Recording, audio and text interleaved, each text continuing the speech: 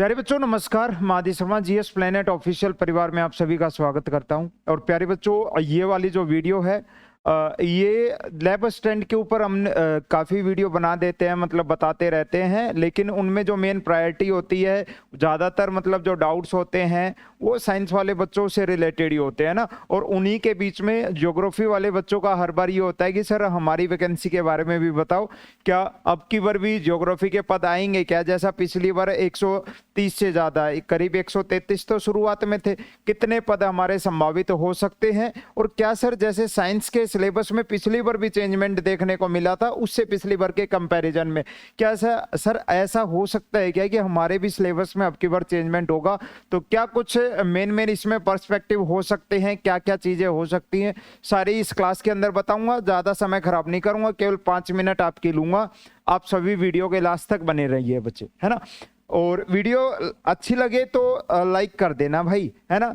और ये 99 का ऑफर आपको पता है अपना चल रहा है। अगर आप लैब की तैयारी कर रहे हो, 2-2 साल की वैलिडिटी है इन बैचेज में, है ना। केवल 99 रुपए में ही आपको बैच मिल जाएंगे। मैं चाहता हूं हर एक बच्चा जो मेरे को फॉलो करता है, मेरे साथ मिलकर तैयारी करता है, चैनल से जुड़ा हुआ है, वो इस बैच के अंदर डेफिनेटली आए। 99 में सारे बैचेज हैं, लैब के हों, चाहे पशु परिचर हो, चाहे सीईटी हो।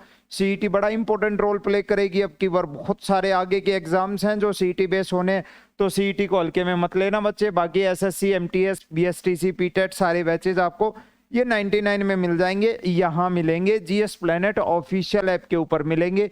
और इस नंबर पर आप ग्रुप में जुड़ जाना बच्चे, मैसेज करके, है ना। ग्रुप में आपका नाम क्या है और किस जिले से आप हो जरूर बताना। इस नंबर पर आप सभी जुड़ जाना बच्चे, ठीक है भाई। तो एक बार थोड़ा सा सिलेबस पैटर्न की तरफ एक बार डिस्कस करें हम कि लास्ट सिलेबस क्या था हमारा, फिर आगे क्या क्या चीजें हो सकती हैं, उन चीजों के ऊपर बातचीत करते हैं हम, ठीक है। ये आपका लास्ट सिलेबस था। अच्छा, ये जो पीडीएफ है मैं डाल दूंगा आपको, आप मुझे मैसेज कर देना, ग्रुप में भी जोड़ दूंगा। वैसे भी आपको पर्सनली ये पीडीएफ मैं आपको दे दूंगा आप सभी को, है ना। जो पिछली बार के आपके सिलेबस की थी, पिछली बार की स्कीम आपको अच्छे से पता है। हमारा ये अंक है बच्चे, ये अंक हैं, ये अंक हैं। एक क्वेश्चन 2 नंबर का था, है ना। टोटल यानी पार्ट ए में आपके 50 क्वेश्चन थे और पार्ट बी में आपके कितने क्वेश्चन थे? 100 क्वेश्चन थे। यानी आपके 150 क्वेश्चन का क्या हुआ था? पेपर हुआ था। 150 क्वेश्चन का पेपर हुआ था। कुल अंक कितने थे उसके? 300 थे। 3 घंटे का, यानी एक ही पेपर था। एक ही पेपर में 150 क्वेश्चन थे। साइंस वालों की तरह अलग नहीं कि एक मॉर्निंग में था एक इवनिंग में, नहीं, एक ही पेपर 3 घंटे का था। 150 क्वेश्चन थे जिसके अंदर, जिसमें पार्ट ए में आपकी क्या थी बच्चे? राजस्थान जीके थी। और पार्ट बी आपका मेन सब्जेक्ट क्या था? भूगोल का था। और एक काफी अच्छा लेंदी सिलेबस था, बढ़िया सिलेबस था, मतलब बहुत तगड़ा सिलेबस था, क्योंकि समय बहुत कम मिला था बच्चों को पिछली बार के कंपैरिजन में बात करें। और साइंस वालों का पहले से पता था सबको वैकेंसी आनी है। पिछली बार का भी सिलेबस उनके पास था, 2018 में भी भर्ती हुई थी, 16 में भी, है ना। तो उनके चेंजमेंट सिलेबस में फिर चेंजमेंट हुआ और कुछ नई नई चीजें एक्स्ट्रा ऐड आपको देखने को मिली उसमें, है ना। नेशनल जीके ऐड हुई, साथ साथ में आपके साइकोलॉजी, हालांकि साइकोलॉजी के क्वेश्चन नहीं डाले थे, लेकिन हाँ वो वही प्रेशर क्रिएट हुआ था कि थोड़ा सा समय मिला था, ठीक है। अब की बार आपका देखो, ये 150 क्वेश्चन का एक बार पहले तो इसे देख लो अच्छे से। ये था क्या? 1/3 नेगेटिव मार्किंग है, ये सारी चीजें थी इसमें। भाग ए में आपका वही राजस्थान, इतिहास, कला, संस्कृति और आपकी ज्योग्राफी, यानी ये वही टॉपिक होते हैं जो आप राजस्थान जीके के अंदर पढ़ते हो। वो सारे के सारे टॉपिक इसके अंदर दे रखे थे। यानी 50 में से करीब 25 क्वेश्चन तो आपके क्या थे? राजस्थान ज्योग्राफी के थे। और बचे हुए 25 क्वेश्चन जो थे वो सारे आपके इतिहास, कला, संस्कृति के थे, है ना। यानी ज्योग्राफी का, राजस्थान ज्योग्राफी, इंडिया ज्योग्राफी को मिला दे तो 125-130 नंबर का काम था बच्चे, कम से कम, है ना। भूगोल में आपका पूरा 11th और पूरा 12th, पूरा 11th और पूरा 12th आपकी दे रखी है। एनसीईआरटी के सिलेबस को फॉलो कर लो, आरबीएससी के कर लो, बात एक ही है। 11th और 12th के टोटल, चाहे आप इंडियन ज्योग्राफी की बात करें, कंप्लीट इंडियन ज्योग्राफी आपको देखने को मिलेगी। चाहे आप बात करें ह्यूमन ज्योग्राफी की, मानव भूगोल की, तो कंप्लीट वो बहुत सारे टॉपिक आपको देखने को मिलेंगे। अच्छा, बात करें किसकी, फिजिकल ज्योग्राफी यानी आपके भौतिक भूगोल की, तो भौतिक भूगोल पूरा दे रखा है और एक बहुत सारे टॉपिक आपके प्रैक्टिकल ज्योग्राफी के भी दे रखे थे, किसके, प्रैक्टिकल ज्योग्राफी के भी। तो कुल मिला के बात करें तो 11th और 12th कंप्लीट, यानी जितने टॉपिक 11th 12th में होते हैं वो सारे एज इट इज लिख दिए इन्होंने, टोटल एज इट इज लिख दिए पूरा। ये 66 टॉपिक आपके थे, ठीक है। और एक मतलब ठीक ठाक, इतना भी नहीं बोल सकते कि बहुत ही हार्ड पेपर आया था, ठीक ठाक पेपर था, क्योंकि समय भी कम मिला था बच्चों को, सिलेबस ही नहीं पूरा हो पाया था बच्चों का, तो ये तो बहुत बड़ी बात है। लेकिन फिर भी ठीक ठाक है, मेरिट भी अच्छी गई थी और पेपर नॉर्मल था, इतना हार्ड हम नहीं बोल सकते हैं, ठीक है, लेकिन नॉर्मल उनके लिए था जिन बच्चों ने पढ़ाई की थी। अब वापस आते हैं अपने पॉइंट के ऊपर कि क्या सर चेंजमेंट क्या हो सकता है वो बता दो। देखो मेरे को जितना पॉसिबल लग रहा है ये चीज आपको अच्छे से पता है, सिलेबस चेंज मतलब सिलेबस में आपको कुछ ना कुछ एक्स्ट्रा कट होके या कुछ नया जुड़ के देखने को मिलेगा, ये आपको भी डैम श्योर है कि हाँ सर ऐसा तो होगा, लेकिन बस थोड़ा कंफ्यूजन है कि क्या चीजें हो सकती हैं क्या नहीं हो सकती। तो देखो एज इट इज 100% तो जब आएगा नोटिफिकेशन आपको पता है, और उसके साथ सिलेबस से ही हमें पता चलेगा। लेकिन हाँ हम पहले से वेल प्रिपेयर्ड हो सकते हैं, तैयार हो सकते हैं कि ये चीजें मान के कि हाँ ये भी हो सकता है। जिस दिन प्रॉपर सिलेबस होगा उस दिन जो हमने एक्स्ट्रा पढ़ा होगा उसको साइड में रख देंगे, जो नया ऐड हो गया होगा कुछ और एक्स्ट्रा जो हमने नहीं सोचा हो उसको और पढ़ लेंगे, और जो हमने पढ़ेंगे अब वो किसी न किसी दूसरे एग्जाम में भी काम आना है, ये तो है नहीं कि हम कुछ अलग ही पढ़ लेंगे, ठीक है। ये आपको अच्छे से पता है सिलेबस में चेंजमेंट होगा। आप ये देख रहे हो पशुधन सहायक का वैसे 120 नंबर का पेपर होता था पशु, लेकिन अब जब पशु परिचर की वैकेंसी निकली आपको देखने को मिला कि 150 नंबर का एग्जाम कर दिया, जिसमें वो 120 से 150 कैसे हुए, वो मैथ जुड़ गया। क्या जुड़ गया, मैथ जुड़ गया, ये चीजें जुड़ गई ना। देखो वही आप कहोगे सर दोनों वैकेंसी अलग है, वो अलग है, ठीक है, लेकिन मैं बता रहा हूं जैसा एग्जामिनर ने बोला था, ये तो हालांकि इस सिलेबस में चेंज होने से पहले ही पशु परिचर की जो नोटिफिकेशन आ गया था चुनाव से पहले, उसमें भी बोल दिया था मैथ आएगा, लेकिन मैं ये चीज बिल्कुल फिक्स है बच्चे कि आपको मैंने पूरा अपने हिसाब से जो, और इनमें जो भी चीजें मैं बताऊंगा वो चीजें आपके लिए यूजलेस साबित नहीं होंगी। आप ये सोचोगे हमने ये पढ़ दिया तो अब ये तो कभी काम ही नहीं आना, किसी भी चीज में काम नहीं आना।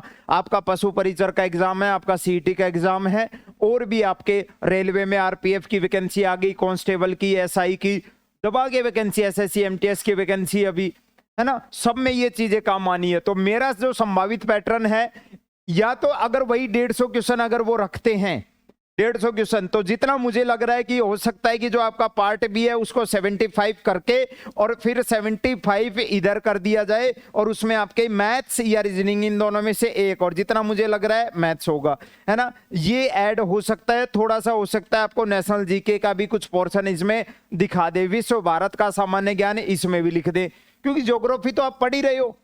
बच गया क्या, पॉलिटी हिस्ट्री, बस खाली पॉलिटी हिस्ट्री, यही तो हो सकता है।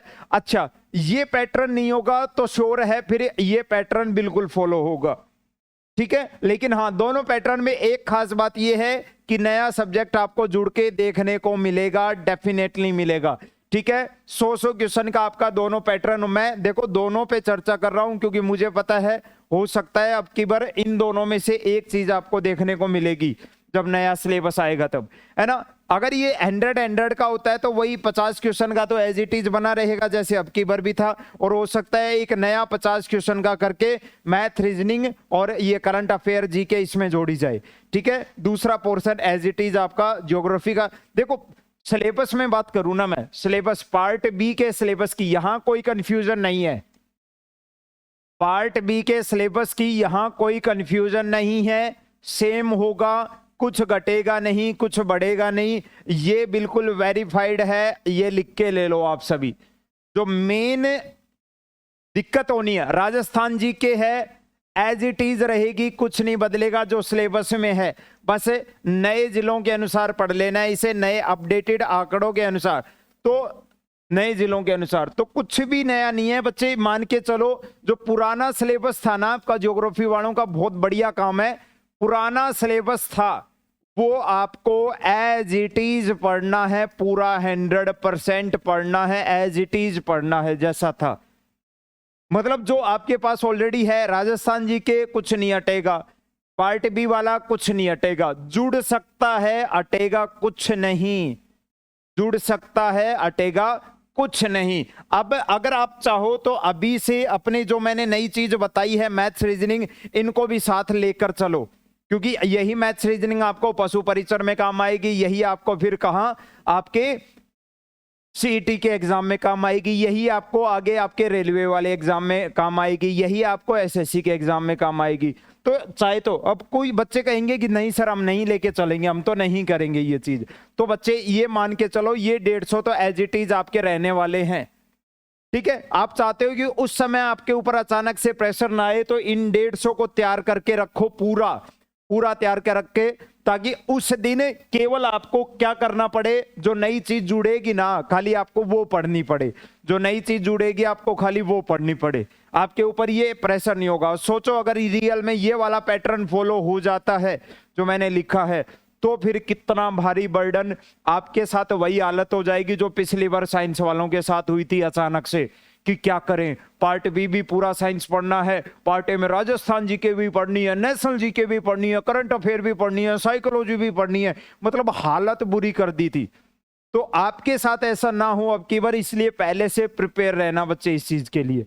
ठीक है, पहले से प्रिपेयर रहना। मैं फिर से बहुत आसान भाषा में आपको समझा रहा हूं, आप लोगों के तैयारी को शुरू करने और आपको क्या क्या पढ़ना है, कैसे पढ़ना है, माइंड में डाउट मत रखो, ये 150 फिक्स हैं, ये तो होंगे तो होंगे, ये तो होंगे, मतलब नंबर हटा दो आप 150 का या 100 क्वेश्चन नहीं, मैं इतना कह रहा हूं ये जो सिलेबस था ना आप नंबरिंग हटाओ, ये सिलेबस एज इट इज रहेगा, नया जुड़ेगा लेकिन पुराना कुछ हटेगा नहीं, मैं पहले बता रहा हूं। बस हाँ ये याद रखना नए जिलों के अनुसार करना इसको, नए जिलों के अनुसार। ठीक है, पुराने डाटा पुराने आंकड़ा याद नहीं रखने हैं, 33 जिलों के अनुसार नहीं करना है। ठीक है मेरे बच्चे, और ये वाली पीडीएफ अगर आपको लेनी है तो आप मेरे पास मैसेज कर लेना, ये जो सिलेबस की पीडीएफ थी अपनी, ये मैसेज कर लेना, मैं आपको दे दूंगा। और एक बार कैसे भी करके 2 से 3 महीने इस ये जितना इस सिलेबस ये पीडीएफ में लिख रखा है उसको एक बार कंप्लीट करो पूरा। ठीक है भाई, उसके बाद कहोगे कि सर अब हम तैयार हैं नई जिम्मेदारी लेने के लिए, नया सिलेबस लेने के लिए। पुराना ही कंप्लीट नहीं होगा, नया कहां से लोगे बताओ जरा। ठीक है भाई, और अगर मेरे साथ तैयारी करनी है तो 99 में आ सकते हो। ठीक है, ये आपके लैब ज्योग्राफी वालों के लिए पराक्रम बैच है, पराक्रम 2.0 बैच। ठीक है, यहां मिलेगा ऑफिशियल ऐप के ऊपर, और नंबर पर जुड़ जाना आप सभी मेरे साथ। ठीक है बच्चे, मिलते हैं नेक्स्ट सेशन में एक और अच्छी जानकारी के साथ, है ना। जय हिंद बच्चों।